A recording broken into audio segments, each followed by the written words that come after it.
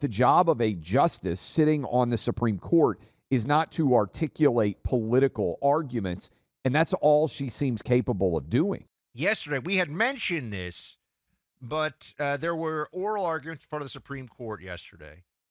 And those oral arguments included a case that goes right to presidential power, presidential authority, whether essentially the president can fire people who work for the executive branch, or is there truly a forever state, a deep state, whatever you want to call it. There are people who are the bureaucracy that are effectively a fourth branch of government because they cannot be fired by the executive branch.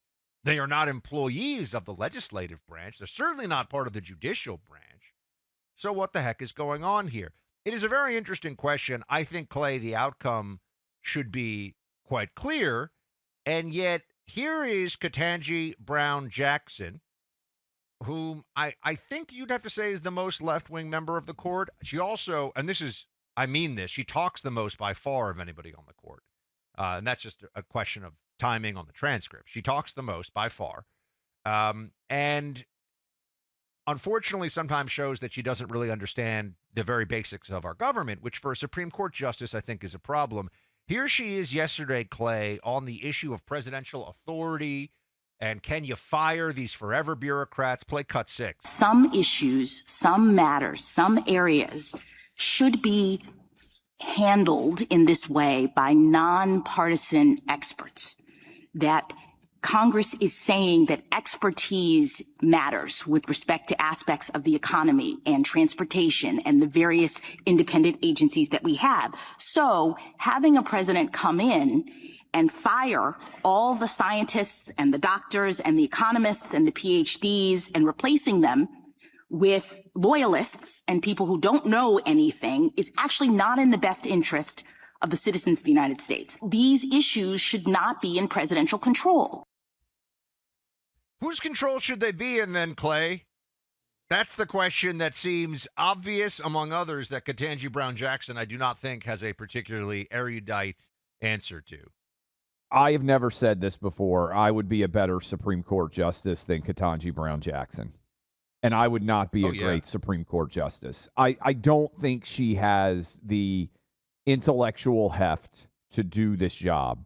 And the questions that she asks confirm that on a regular basis. Look, what she's trying to grapple with inarticulately is the concept of where do the powers of the presidency extend and how do they implicate the powers of Congress. So essentially what we've got here, and it is, I think, an actually intriguing and important position, is how do you end up making choices on, let me take a step back and explain, because I think this has gotten confusing to a lot of people, and I don't think it's overwhelmingly confusing. So let me just kind of lay out the issue here. About 100 years ago, Congress started to create these independent regulatory agencies inside of government that were basically neither executive nor congressional in nature. They were kind of a hybrid. And effectively, the question is, and most of the time, the terms on these agencies rotate, and they're supposed to be mixed Democrat, Republican, and all of these things. And the question really at essence here is, where does that fall within separation of powers?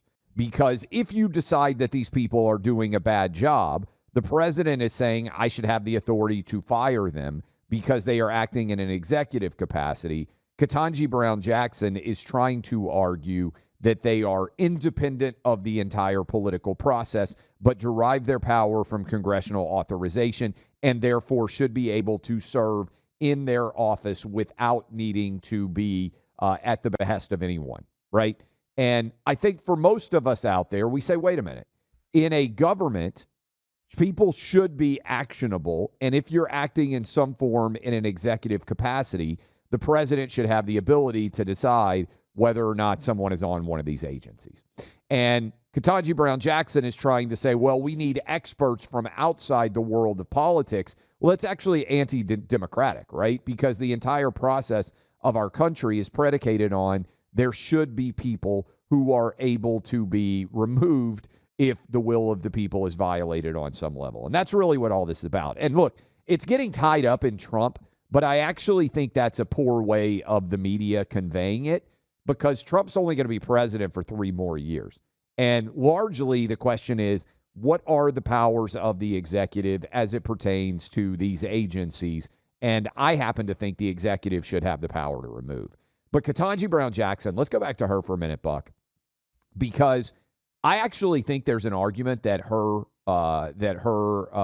selection for the Supreme Court quite clearly violated federal law because Biden said, I'm only going to pick a black woman. You could not do that in almost any job in America without violating the law because you shouldn't ever say the only person who can, publicly, the only person who can get this job is a black woman. In doing so, Buck, Biden eliminated 97% of all individuals from being able to be considered. I think 3% of the overall court is made up of the overall legal apparatus made up of black women. I don't think that he could appoint her.